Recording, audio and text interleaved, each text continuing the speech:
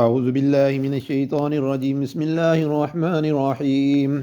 ياسين والقرآن الحكيم إنك لمن المرسلين على صراط مستقيم تنذير العزيز الرحيم لتنذر قوما ما أنذر آباؤهم هم غافلون لقد حق القول على أكثرهم لا يؤمنون جعلنا في أعناقهم أغلالا فهي إلى الأذقان ممحون وجعلنا من بين أيديهم سدا ومن خلفهم سدا فأغشيناهم فهم لا يبصرون وسواء علم أنذرتهم أم لم تنذرهم لا يؤمنون إنما تنذر من اتبع الذكر وخشي الرحمن بالغيب وبشر مغفرة وأجر كريم إنا نرجو الموتى ونكتب ما قدموا وآثارهم كل شيء أحصيناه في إمام مبين واضرب المثل أصحاب القرية إذ جاءها المرسلون إذا أرسلنا عليهم اثنين وكذبوا ما فضلنا بثالث وقالوا إنا عليكم مرسلون قالوا ما أنتم إلا بشر مثلنا وما أنزل الرحمن من شيء إن أنتم إلا تكذبون قالوا ربنا يعلم إنا إليكم لمرسلون ما علينا إلا البلاغ المبين قالوا إنا طيرنا بكم لئن لم تنتهوا لنرجمنكم وليمسنكم منا عذاب أليم قالوا طائركم معكم إن ذكرتم بل أنتم قوم مسرفون وجاء من أقصى المدينة رجل يسعى قال يا قوم اتبعوا المرسلين اتبعوا من لا يسألكم أجرا وهو ما لي لا أعبد الذي فطرني وإليه ترجعون أتخذ من دونه آلهة إن يرد الرحمن لا تغنني شفاعتهم شيئا ولا ينقذني إني إذا لفي ضلال مبين إني آمنت بربكم فاسمعون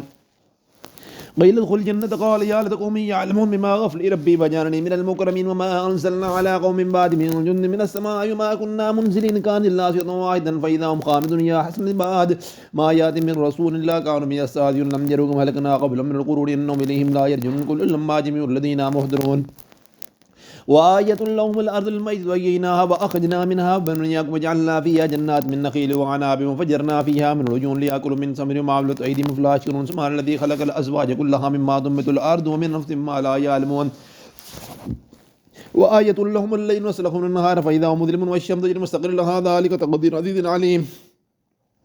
والقمر قدرناه منازل حتى عاد كل أرجون قديم للشمس ينبغي لها أن تدرك القمر والليل سابق النهار وكل في فلك يسبحون وآية لهم أنا حملنا ذرية في الفلك المشحون وخلقنا لهم مثله ما ركبون نشاء نغرقهم ولا صريخ لهم ولا هم ينقذون إلا رحمة منا متعا إلى حين وإذا قيل لهم اتقوا بين أيديكم ما خلقكم لعلهم ترحمون ما تأتي من آية من آيات ربهم لا كانوا عنها موردين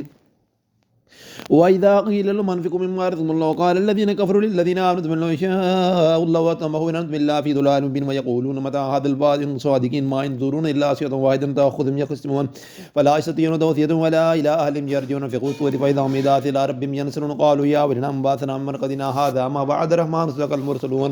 إن كانت إلا صيحة واحدة فإذا هم الذين آمنوا فاليوم لا تظلم نفس شيئا ولا تجزون إلا ما كنتم تعملون إن أصحاب الجنة الذين هم فيه فاكهون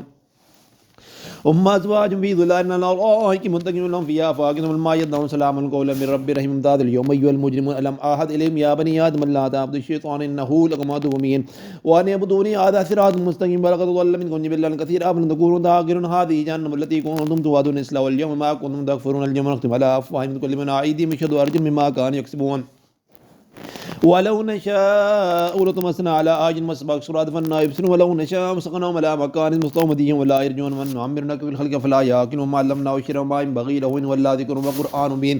لينذر من كان حيا وقل قول الكافرين ولم يرنا خلقنا مما عملت أيدينا نعاما فهم لا ماري وذللنا منها ركوب منها يأكلون ولهم فيها منافع ومشارب وفلا يشكر ما تأخذ من دون الله آلهة لعلهم ينصرون لا يستطيعون نصرهم جند مهدرون